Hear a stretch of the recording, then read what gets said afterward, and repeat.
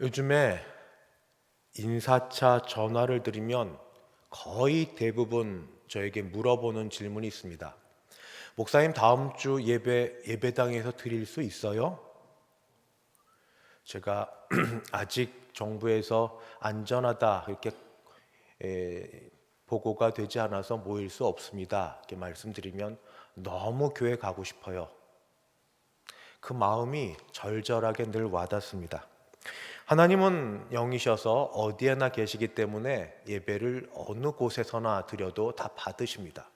그러나 우리는 인간인지라 어디서 같은 마음을 품고 영과 진리로 예배를 드려도 되지만, 모여서 예배 드리고 싶고, 모여서 얼굴 보고 싶고, 목소리 듣고 싶고, 손 한번 잡아보고 싶고, 밥 한번 먹고 싶고, 같이 웃고 떠들고 싶고, 아멘도 하고 싶습니다. 그런데 그렇게 잘 못합니다. 그것이 꽤 오래되었습니다. 여기에 더하여서 이번 주 추석을 앞두고 있지만 감염병 확산이 누그러들지 않아서 고향을 찾으려는 자녀들에게 지방자치단체에서는 이번에는 오지 않아도 된다 하는 것을 구호를 통해 외치고 있습니다. 대구 경상북도에서는 수도권에 거처를 두고 있는 자녀들에게 고향행 자제를 요청하고 있고, 전라남도 보성에서는 고향의 안전을 지키는 아버지, 어머니 명의로 이런 현수막을 걸었습니다. 아들, 딸, 며느리야, 이번 추석에는 안 와도 된단께. 그 외에도 아범아, 추석에 코로나 몰고 오지 말고 용돈만 보내라. 며느라, 선물은 택배로 붙여라. 올해 말고 오래 보자꾸나. 이런 말도 있습니다. 이번 추석은 오지 마라. 흩어지면 살고 뭉치면 죽는단다. 제일 압권인 것은 불효자는 옵니다입니다. 원래 불효자는 웁니다 아닙니까? 평소 부모님 살아계실 때 효도 한번 못한 불효 자식이 돌아가신 후 부모님 너무 생각에 우는 게 불효자는 웁니다인데, 이번 추석에 오는 불효자는 옵니다 라는 말로 그렇게 이 현재 상황을 표현하고 있습니다. 이처럼 이번 추석에는 고향 부모님 찾아뵙는 게 매우 조심스럽게 되었습니다. 부모님으로부터도 정말 원해서인지 아니면 하도 주변에서 그렇게 얘기하라고 그래서인지 몰라도 추석에는 오지 않아도 된다는 개인적 권면의 말씀이 있으시고, 정부 지자체 또는 떠들어대는 매스컴의 여러 말들이 가지 말라 하는 구호가 요란하지만 자식된 도리에서는 마음은 편치 않습니다. 매주일 예배 드리러 교회도 예배당도 못 가는 게 서운한데 1년에 한두 차례 되는 음력 설과 그리고 추석 한가위 이때조차도 부모님 찾아뵙지 못하니 마음이 영 좋지 못합니다. 이 가운데 우리와 경우가 많이 다르기는 합니다만 그래도 유사한 상황이라고 여긴 한 사람의 형편을 들어서 하나님께서 우리에게 주시는 말씀을 들으며 함께 이런 기도를 드렸으면 좋겠습니다. 이번 추석에 이런 기도를 드리자 하는 말씀을 드립니다. 첫 번째, 예수님의 생명을 우리에게 부어 주소서. 예수님의 생명을 우리에게 부어 주소서. 중동 사막 뜨거운 가뭄 열기 속에서 물이 없어 물을 찾는 사슴의 헐떡거림이 있습니다. 그 갈급함이 있습니다. 이런 사슴과 빗대어서 하나님을 갈급하게 찾는 한 사람이 있습니다. 사방에 위협이 있고 외로움이 있고 쉼없이 부딪히는 현실 속에서 하나님이 너무너무 필요합니다. 그럼에도 불구하고 기도하고 찾아봐도 하나님께서 돕는다는 증거가 보이지 않자 주변에서 대적들이 늘 일하고 있습니다. 늘 항상 나타나는 표적이 없자 비난하고 그리고 비판하고 있습니다. 내 하나님이 어디 있느뇨? 내가 그토록 찾는 하나님이 어디 계시는가? 살아 계시면 너를 도와주실 터인데 어디 계셔서 지금 너는 이 모양으로 지내고 있는가? 그들의 말을 뼈를 찌르는 칼 같다라고 표현하고 있습니다. 그 말을 들을 때마다 눈물이 앞이 가립니다. 음식이 입에 들어가서 내 속을 편하게 해야 되는데 음식은 입에, 이 혀에 모래같이 껄끄럽고 오히려 눈물이 안으로 들어가는 콧물하고, 그런 경험 해보셨죠? 그런 것으로 들어갑니다. 그만큼 하나님을 갈망하고 찾고 애를 쓰는데 지금 하나님의 음성도 하나님의 도우심도 없습니다. 그래도 확실한 건 하나님을 찾고 있다는 겁니다. 하나님을 기다리고 있다는 겁니다. 사마리아 수가의 한 여인이 있습니다. 이 사람과는 조금 경우가 다른 형편입니다. 거기 우물이 있어서 우물에 물을 길러 오는 사람들 가운데 이 여인도 한낮에 제일 뜨거운 때에 물을 기르러 왔습니다. 그러다가 예수님을 만났습니다. 아니, 예수님께서 작정하고 그녀를 기다리셨습니다. 그리고 그녀에게 말을 건네시면서 결국 무슨 말씀을 하셨는가? 이 물을 통해서 내가 너에게 평생 목마르지 않을 그런 물을 주겠다, 생명수를 주겠다 말씀을 하셨습니다. 예수님을 만났고 예수님의 목소리를 들었고 그리고 말을 들었습니다만 그녀는 예수님의 말 뜻을 알아듣지 못했습니다. 말귀를 깨닫지 못했습니다. 그래서 그녀는 예수님에게 이 정도 요청을 합니다. 내가 다시는 가서 물을 기르러 오지 않을 그럴 물을 주시면 좋겠습니다. 또는 넉넉한 물을 주시면 좋겠습니다. 이 고생 안 하고 내가 물을 마실 수 있을 만큼을 가졌으면 좋겠습니다. 그때 예수님께서 말씀하셨습니다. 이 물을 마시는 자마다 다시 목마르려니와 내가 주는 물을 마시는 자는 영원히 목마르지 아니하리니 내가 주는 물은 그 속에서 영생하도록 솟아나는 샘물이 되리라. 여러분은 이 사마리아 여인과 예수님의 대화의 뒷과정을 알 겁니다. 이럼에도 불구하고 여인은 알아듣지 못했습니다.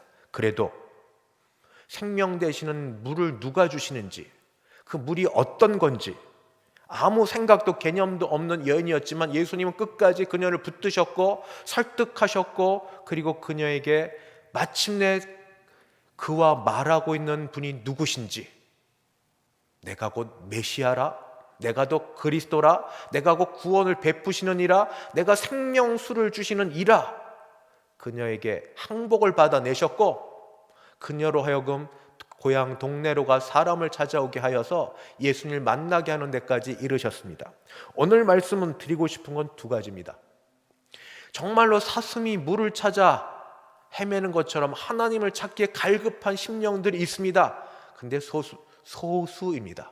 그렇게 많지는 않습니다. 대다수는 사마리아 여인처럼 예수님을 뵈도 예수님인 줄 모르고 말씀하시는 이가 누군 줄 모르고 생명수를 주겠다고 얘기해도 그게 뭔지 못 알아듣습니다.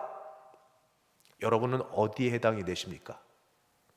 하나님, 예수님, 성령님을 찾아 정말 갈급한 심령으로 그렇게 목마른 사슴이 시냇물을 찾듯이 찾으십니까? 그럴 때가 있었죠. 내가 문제 가운데 힘들 때에, 내가 문제에서 벗어나지 못할 때에, 사방에서 애워싸고 나를 도와줄 사람이 없을 때 그렇기는 하겠죠. 문제 외에도 하나님 자체만을 찾을 때가 있으셨습니까? 그리고 지금도 그런 영적 갈급함이 있으십니까? 대부분은 그냥 지냅니다. 어려워도 힘들어도 입으로는 주를 찾지만, 기도해달라고 얘기하지만 대부분은 그냥 지냅니다. 사마리아 여인과 같지 않습니까? 그냥 지내는 사람은 내버려 두시고 이렇게 갈급한 심령에게만 우리 주님이 찾아가시면 우리는 절망스럽습니다.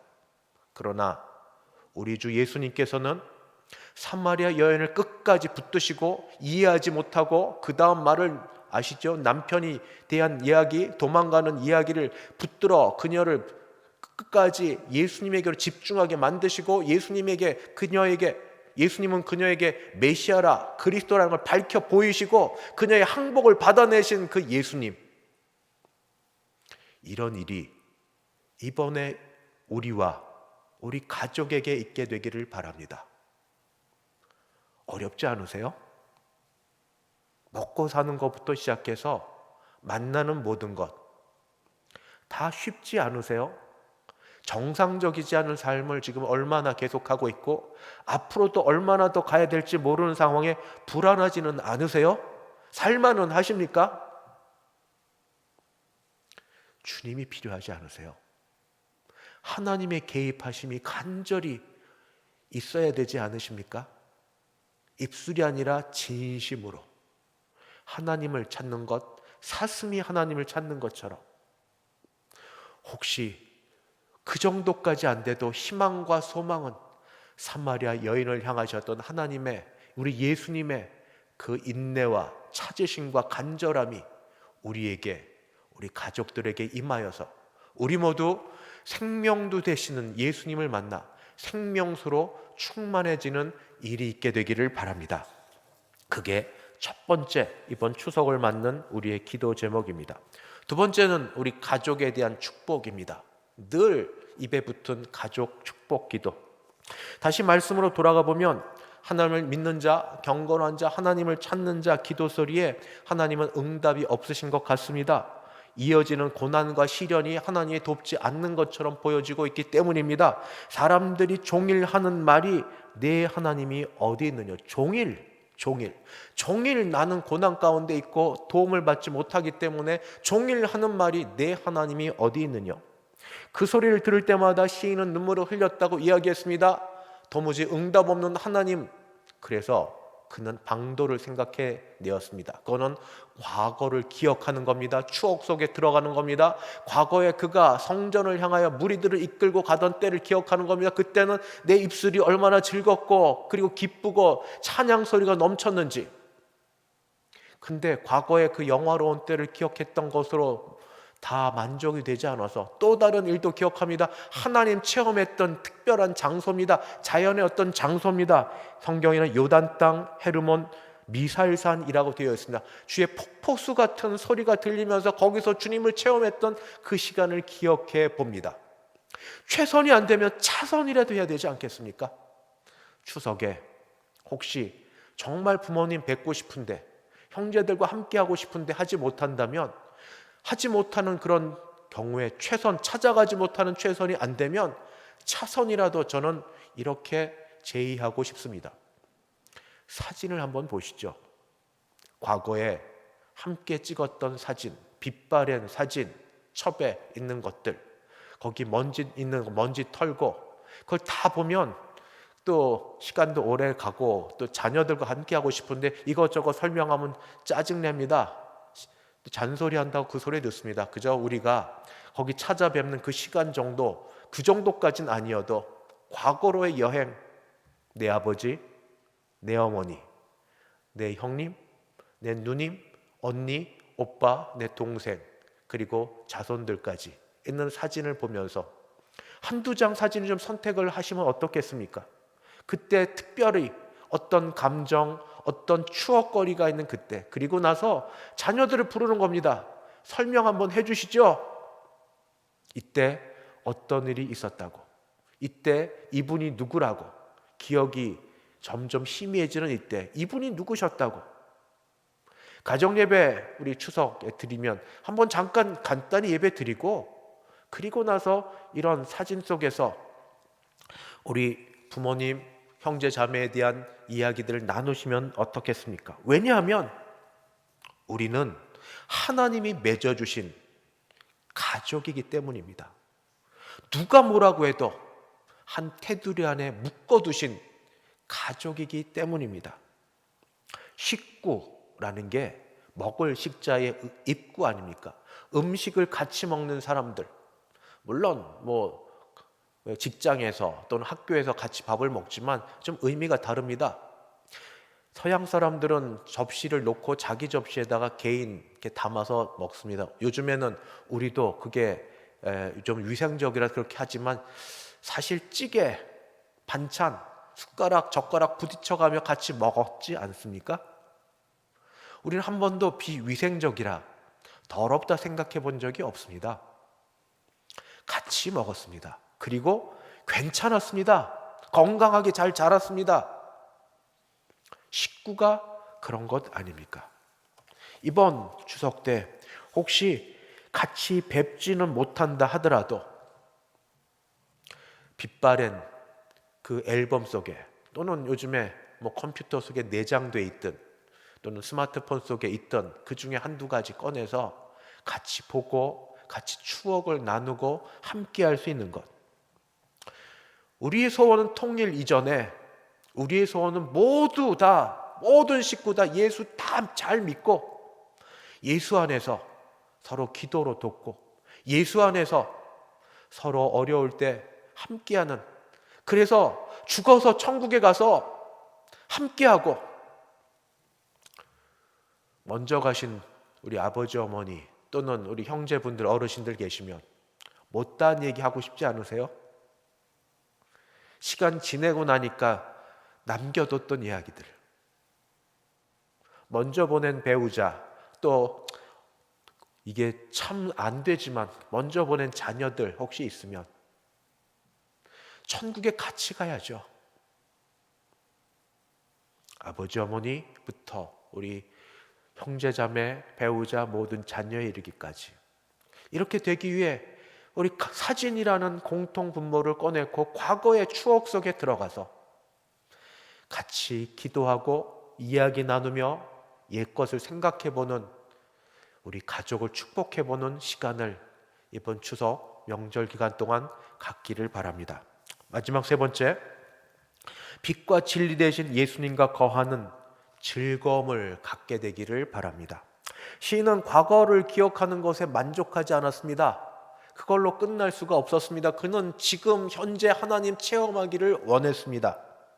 하나님의 임재를 경험하기를 원했습니다. 그래서 그는 이렇게 기도하였습니다. 43편 3절, 주의 빛과 주의 진리를 보내시어 나를 인도하시고 주의 거룩한 산과 주께서 거하시는 곳에 이르게 하소서. 나는 지금 인도함 받고 싶습니다. 어떻게? 주의 빛, 주의 진리를 내게 보내셔서 빛과 진리 가운데 인도함 받고 싶습니다. 주의 거룩한 산, 주께서 거하시는 곳에 이르러 주님과 교제하고 싶습니다. 그게 내 바라는 소원입니다.